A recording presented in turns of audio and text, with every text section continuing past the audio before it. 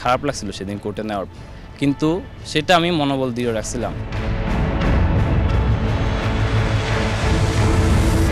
অনেক খারাপ লাগছিল সেদিন কোর্টে নেওয়ার, কিন্তু সেটা আমি মনোবল দৃঢ় রাখছিলাম। আমার বাংলাদেশের জার্সিটা গায়ে পড়া ছিল, ওই মুভমেন্টটা নিয়ে আগাইছিলাম এবং কিছু তারা আমার রশি বাঁধছে এবং যেই কেসটা লাগাইছিল হাতে ওইটা অনেক শক্ত করে বাঁধছে। ঊর্ধ্বতন কর্মকর্তারা তারাই আমাকে মারছিল। তারা হচ্ছে পিছনে অনেকগুলো বাড়ি দিছে আমাকে, পাকে আপনার উপর করে আমার পায়ের গোড়ালিতে আপনার বাড়ি দিছিল অনেকগুলা। দর্শক, আপনাদের সবাইকে স্বাগত জানাচ্ছি। আমি মনিরুল ইসলাম। বৈষম্য বিরোধী ছাত্র আন্দোলনের পর ছাত্র গণ অভ্যুত্থান, ছাত্র জনতার এই অভ্যুত্থানে ক্ষমতাসীন তৎকালীন আওয়ামী লীগ ক্ষমতাচ্যুত হয়।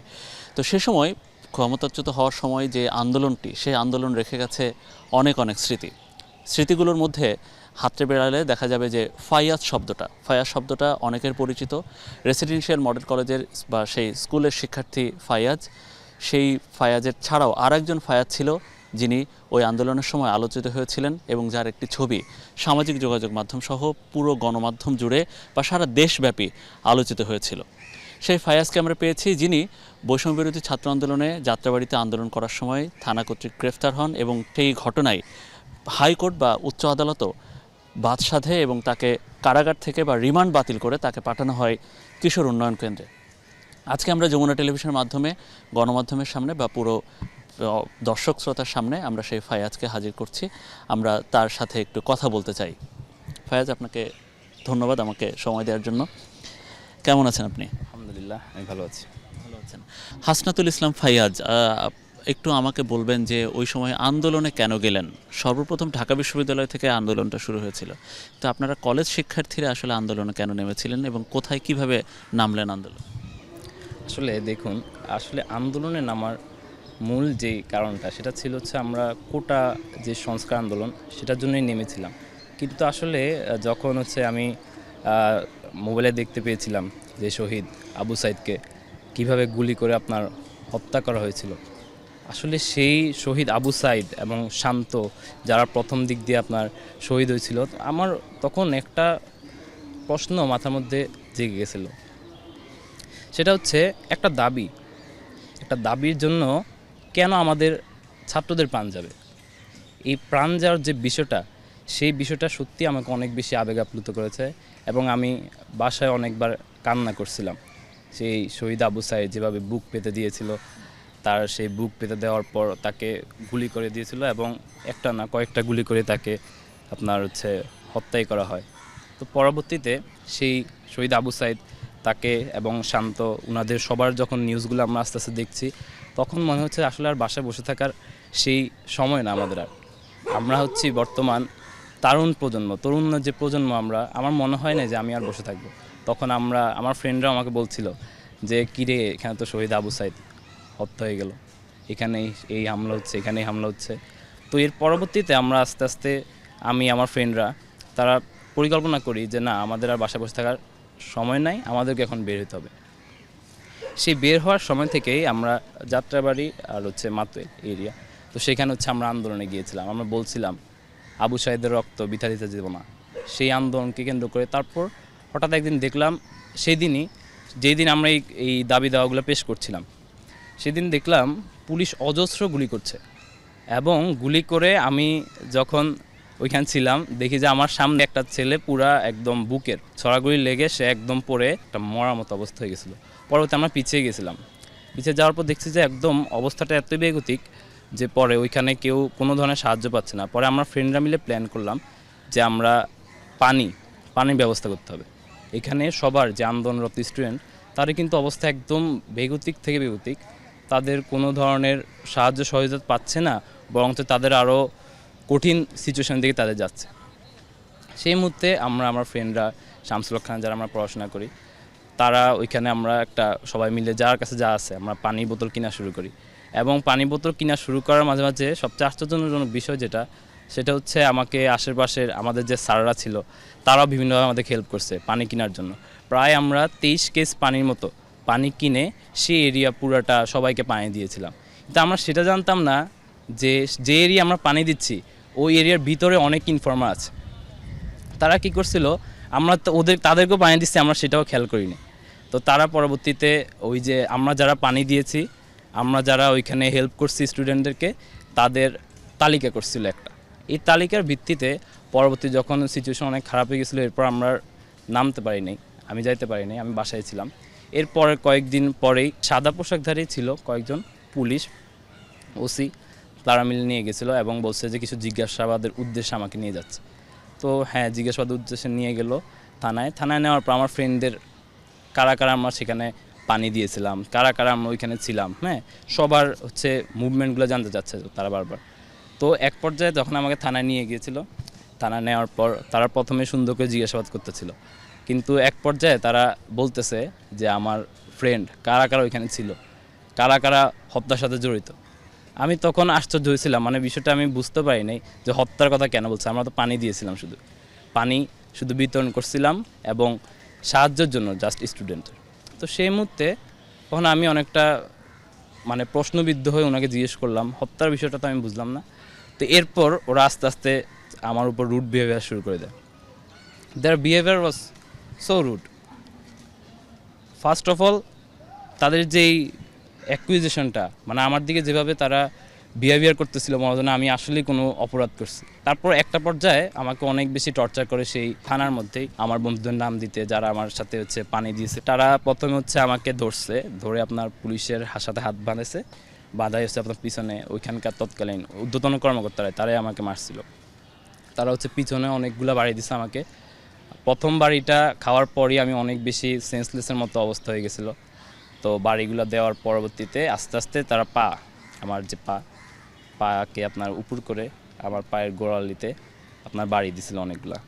তো তখন সেই আমাকে প্রায় রাত 12টার সময় মনে হয় আমাকে এই বাড়িটা দিচ্ছে। তখন আমার যখন থানার ইয়েতে পাঠিয়ে দেওয়া হয়েছিল আপনার যে হাজত যেটা বলে থানা হাজত, ওইখানে পাঠিয়ে দেওয়ার পর আমি কতক্ষণ পরে শুনি যে আপনার ফজরের আজান।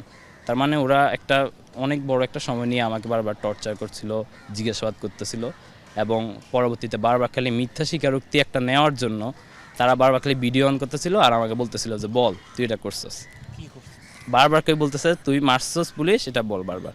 আমি পরে একটা পর্যায়ে আমি বুঝতে পারছি তারা অনেক বেশি টর্চার করবে। তখন আমি বললাম দেখেন আমি হচ্ছে একজন ঢাকা কলেজের স্টুডেন্ট, আমি বর্তমানে ঢাকা কলেজে পড়ি, আপনারা আমাকে দেখান আমি কি করছি, সেই ভিত্তিতে যদি আপনাদের মনে হয় আমি কিছু করছি আপনারা বলেন। আমি যেটা দেখিই নাই, করা তো থাক দূরের কথা, যেটা দেখিই নাই সেই বিষয়ে আপনারা আমাকে কোশ্চেন করছেন এবং টর্চার করছেন। সেই মুহূর্তে সেই পুলিশ অফিসারটা বলছে আমার যে কনস্টেবল এখানে করস নাই বুঝছি জানি, কিন্তু এখন তো তোরা আমার লাগবে, তোরা আন্দোলনে গেছস, এখন লাগবে এই জন্য তোকে বলতে হবে। তো এই টর্চারে এক পর্যায়ে যখন দেখছে আমি অনেকটা সেন্সলেসের মতো অবস্থা, তখন ওরা আমাকে পাঠিয়ে দিয়েছিল হাজতে। তো ওইখানে হাজতে গিয়েও দেখলাম অনেক স্টুডেন্ট রয়েছে। তারপর ওইখানে আমাকে 2 দিন রাখা হয়, 2 দিন রাখানো বারবার জিজ্ঞাসাবাদের জন্য নিয়ে যেত, আবার হাজতে প্রেরণ করতো। আমার আব্বু আম্মু অনেক চেষ্টা করছিল আমাকে খুঁজতে। আব্বু আম্মু যখন থানায় আসছিল তখন বলা হয় যে আপনার ছেলে নাই এখানে। আমার আব্বু আম্মু পরে একটা পর্যায়ে গেছিলো ওনারা, ওইখান থেকে ডিবি অফিসে আমাকে নেওয়া হয় পরে 2 দিন পরে, 26 তারিখ বোধহয়।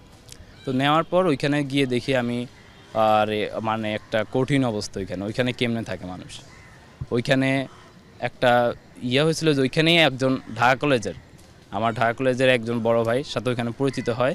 মানে আমি ঢাকা কলেজে পড়িটা যখন উনি শুনছে তখন উনি ওনার বেডটা ছেড়ে দিয়েছে আমার জন্য, এবং ওইখানে আমার জন্য কীভাবে আমি থাকলে সুন্দর হবে, কীভাবে ব্যবস্থা, সব ধরনের ব্যবস্থা করছে সেই ভাই। তো উনি করার পর ওইখানে আসলে আমার শুইতে হতো বোতল দিয়ে মাথায় শুতে হতো ওইখানে।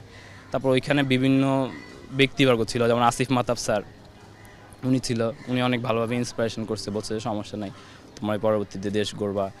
তারপর আপনার ওইখানে আন্দালি ব্রাহ্মণ প্রার্থ ওনারা ছিল ওখানে।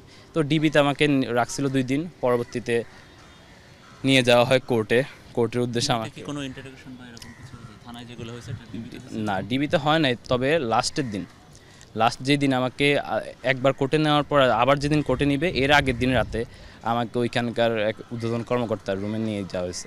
ওইখানে নিয়ে আমাকে কোশ্চেন করতেছে বারবার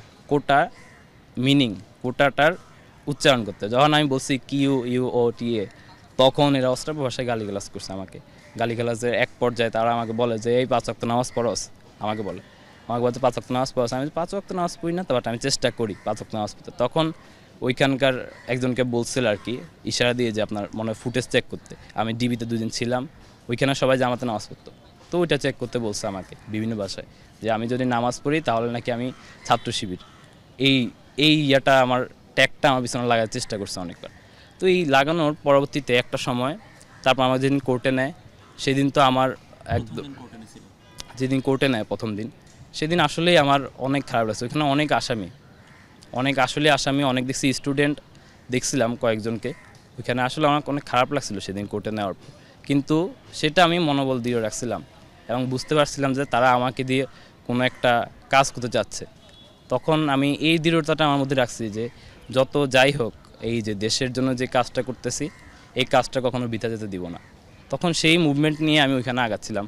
যখন আমার বাংলাদেশের জার্সিটা গায়ে পড়া ছিল ওই মুভমেন্টটা নিয়ে আগাইছিলাম এবং কিছু তারা আমার রশি বাঁধছে এবং ওই যেই কেসটা লাগাইছিল হাতে ওইটা অনেক শক্ত করে বাঁধছে।